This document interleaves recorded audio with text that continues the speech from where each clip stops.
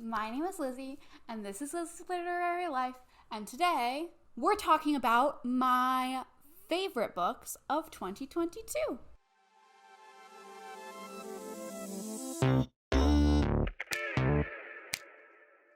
So I'm going to give you my top 10.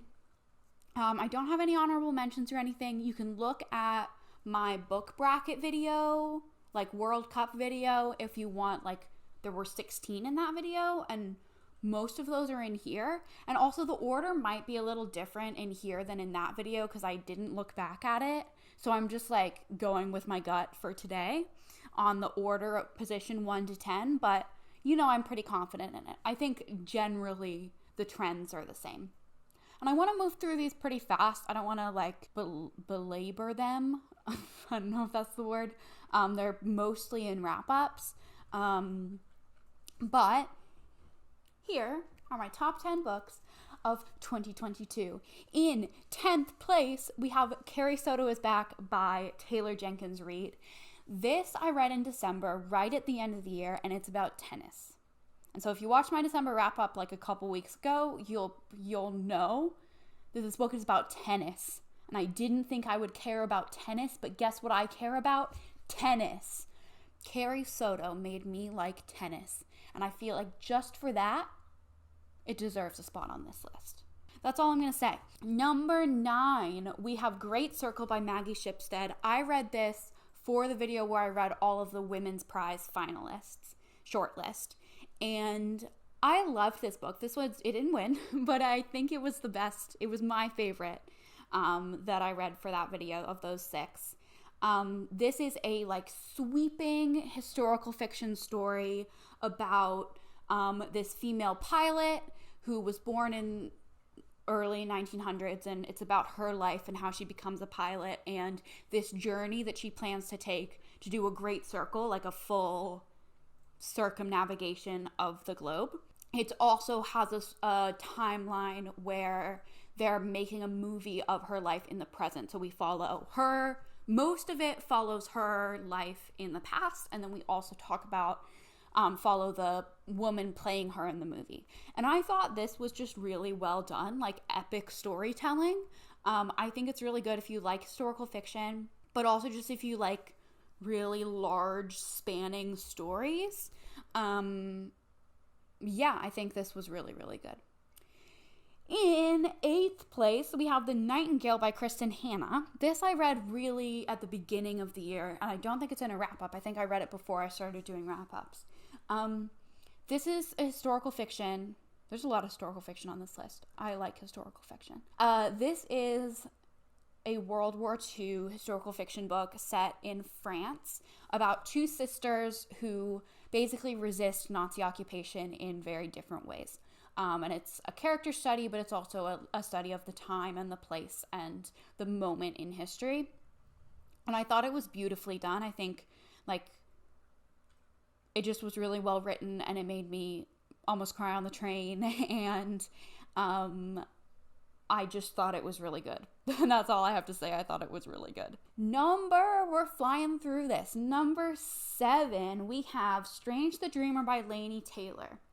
This, I feel like I like less now, but I know I loved it at the time. So I don't know what's made it like fade in my enjoyment. I think because I recommended it to a couple people and they didn't like it. And now I'm like, was it actually good? But I loved it at the time. So, and a lot of people love it. So I think it was really good. This is a fantasy about, what's it even about? It's a fantasy about a world with like fantasy things. I'm so bad at describing fantasy books. I also read this early on in the year and I don't really like remember. But we've got this guy who's a librarian and he studies this lost city, and then people come from that no one believes is real, but he like studies it and he loves it and he learns the language and everything, and then some people come from that city and they're like, save us, we need help. And he like ends up going with them back to this lost city to try to help them. It's just the writing. Laini Taylor is really lyrical and beautiful, and I thought the plot was really strong. Like this is the first book on this list, but the second book in the duology was like stressful. I was really emotionally invested. Yeah, I thought it was really good. I thought this one was really good. They were all really good. These are my favorites. Number 6, we have You Feel It Just Below the Ribs by Jeffrey Cranor and Janina Mathewson. These are the writers of the Within the Wires podcast, and this is set in the same universe as that podcast, which is an alternate history, 20th century, where there was something called the Great Reckoning that happened in, I think, like the 30s or 40s, 50s, I don't know, happened, and it's like dealing with the aftermath. And this is the story of a woman who studies psychology, but she like is living through the Great Reckoning, the war, and she ends up kind of creating some of the psychological foundations for the new society that comes into being after the Great Reckoning. This book I just loved so much. I think it's great as a standalone. It is a standalone. I think it's great if you haven't listened to the podcast, but if you've invested, like I've been listening to this podcast since it came out in like 5 years ago, 7 years ago maybe. They're on season 7, so I think they do one a year. So I've been listening to this podcast for 7 years, and you are drip fed information in this podcast because the format is found audio. And you just want to know so many things. You have so many questions, and this book answered so many questions. So I think it's great to read on its own, but it just was so satisfying for me as an experience after having these questions and wanting this timeline for 7 years. It was really good. In 5th place, we have Delilah Green Doesn't Care by Ashley Herring Blake. A romance made it on this list. And it made it this high. So I'm a romance girly now, even though we saw in my stats video that I rate romance lower than any other genre.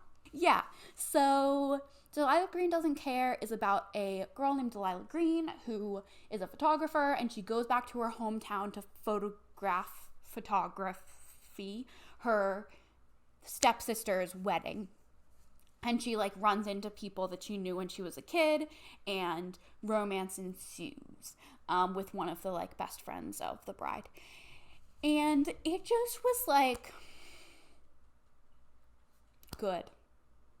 I don't even remember like why I liked it so much. It just made me feel.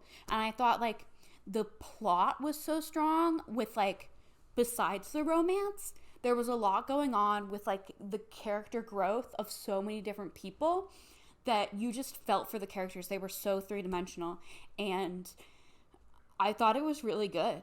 And I like was rooting for the romance. And yeah, that's number 5 on this list.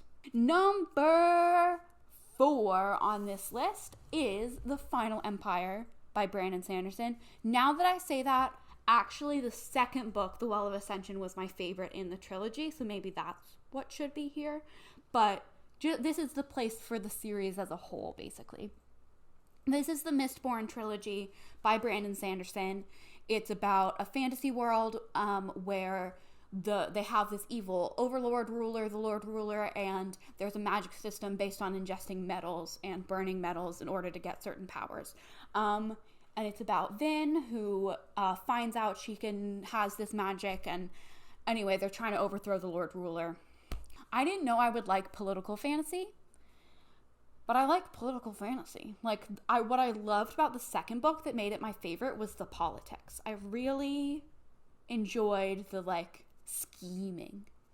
And Brandon Sanderson can write. And what I really appreciate about this series is the fight scenes. I never like fight scenes or, like, action sequences. I always find them boring and, like, hard to follow.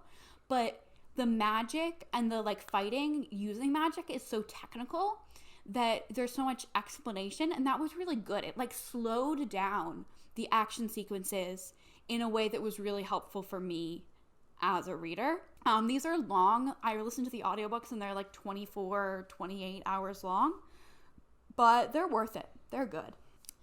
Getting up there, number 3 on this list here. So I guess I put the first book for Final Empire, and here I put a second book, but I'm just putting one book in a series on the list. Anyway, number 3 is A Prayer for the Crown Child, which is the sequel to A Psalm for the Wild Built Becky Chambers. These books, I liked A Prayer for the Crown Shy better. That was my favorite, but in this duology were 5 stars.